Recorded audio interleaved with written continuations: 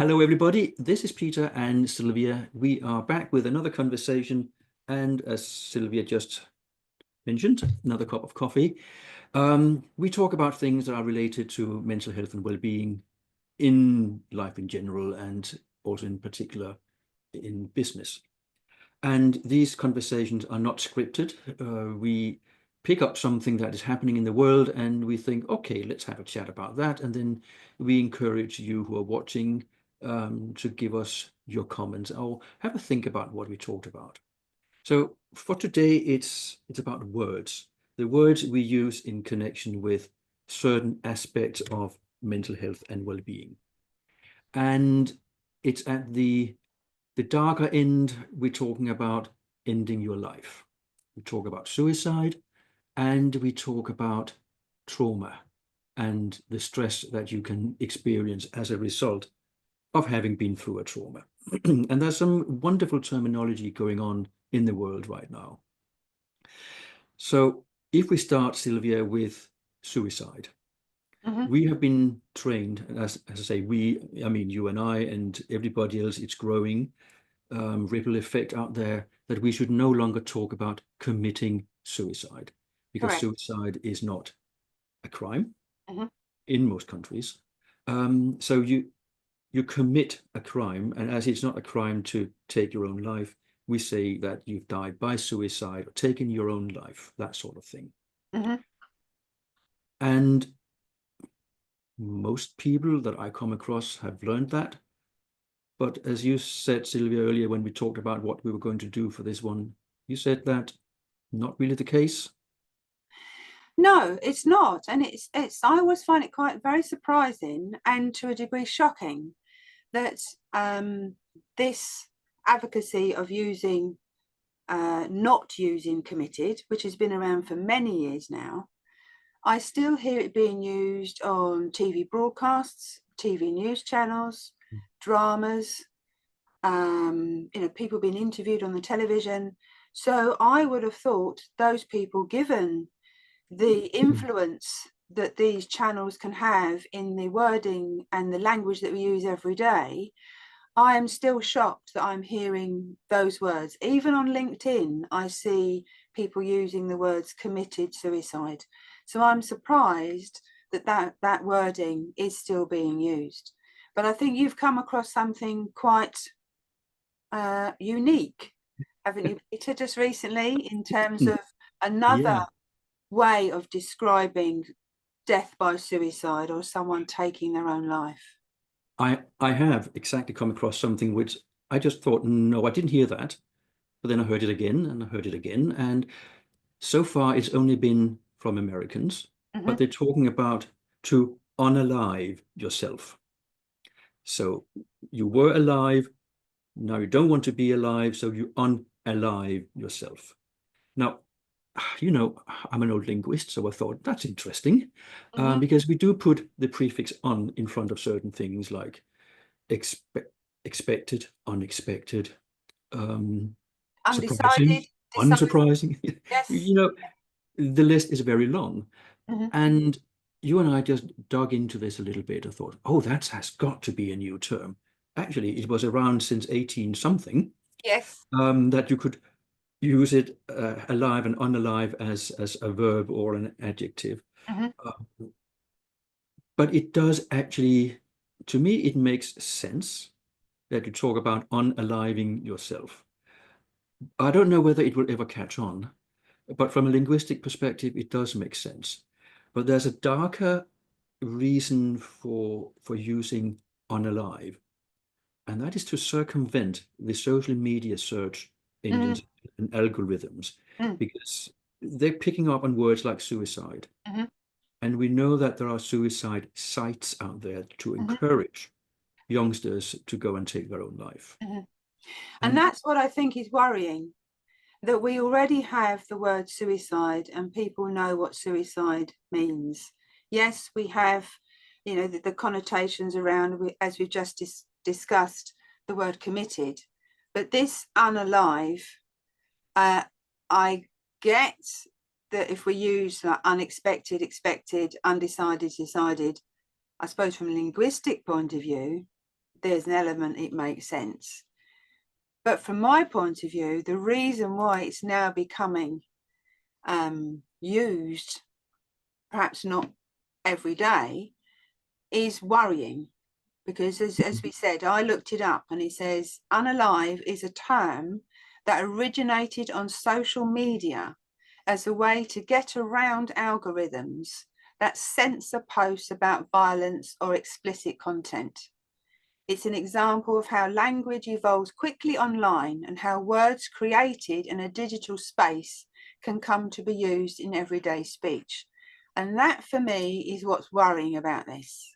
We talk about particularly young people going online and hearing the word suicide. And this word, unalive, seems, in my opinion, to have been resurrected to circumvent, as I say, the algorithms, where, you know, young people particularly looking up suicide can circumvent the certain posts. And then we all know about governments and various deaths being tragic, understatement, from searching social media, and governments asking social media to censor posts and language and the linguistics and the words that are used. And this, using this to circumvent that, I find it very worrying, almost disturbing, that we are changing words to circumvent something like on social media. It's not to give another name to suicide for a justified reason or a valid reason. It's to circumvent social media searches. And that's what I find very worrying. Yeah, full stop. So if you are a parent, take this away and you can maybe look at what are your kids looking at online. And if you come across the term unalive, maybe you should look a little bit deeper. Exactly. There's another term that has been around for ages as well, called PTSD. Yeah. Post-traumatic stress disorder. And as I mentioned earlier, we were going to talk about that briefly as well. A few years ago, I was at a conference, I think it was organized by the British Psychological Society, and it was suggested that the American Armed Forces psychiatrists had now started talking about PTSI as post-traumatic stress injury instead of disorder. The rationale being that a disorder is for life and an injury is something that you can recover from. So that all makes sense. And you and I are of the mindset that we can learn from our clients. Yes. And I did indeed learn from one of my clients who was a high-ranking officer in the Royal Air Force. And he said, well, we don't even have the fourth letter. We only talk about post-traumatic stress, full stop.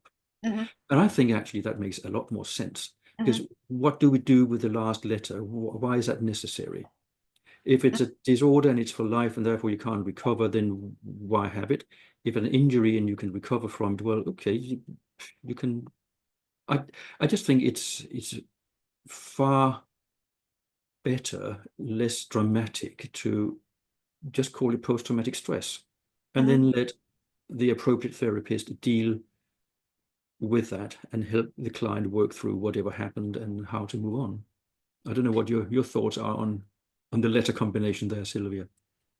And then first of all, comparing this to the unalive, this for me is an example where words evolve in a more positive, constructive, appropriate way. Post-traumatic stress disorder, straight away, disorder, has a slight negativity around it. Now, switching that or moving that to post-traumatic stress injury, because a lot of people say the brain has suffered an injury. So that seems more appropriate to move from disorder to injury. But then this movement to drop the final letters in both cases and to have post-traumatic stress, that seems a good step, in my opinion, because post-traumatic stress, do we need any other wording after that? So for me, this is where our wording and our nomenclature on certain things has a positive evolution. which is versus what we're talking about unalive. It's a potential evolution, but for me, for the wrong reasons. Now, that's interesting, because for me, the words we use speak volumes, and how we use them is very important. It's not to misuse them or use them inappropriately. We have spoken before a lot, haven't we, Peter, about how poor mental health wording has come into a lot of our everyday parlance. Mm. But then because of that, sometimes it's misused. The words we speak say volumes. So this going from post-traumatic stress disorder to post-traumatic stress injury, then to simply, without denigrating the severity of it, to simply to post-traumatic stress, seems to me a very sensible evolution in terms of wording. I agree. I don't think we need the last letter. Mm. But what does everybody else think? Yes, be So interesting. we've been around two different terms that have developed or evolved for very different reasons. So it would be Yes. very interesting to hear what you think. Or have you got other examples of how terminology within mental health and well-being has grown, developed, got skewed one way or another? Mhm. Tell us what you think and meet us again in the next video. Take care. Bye for now. Bye-bye.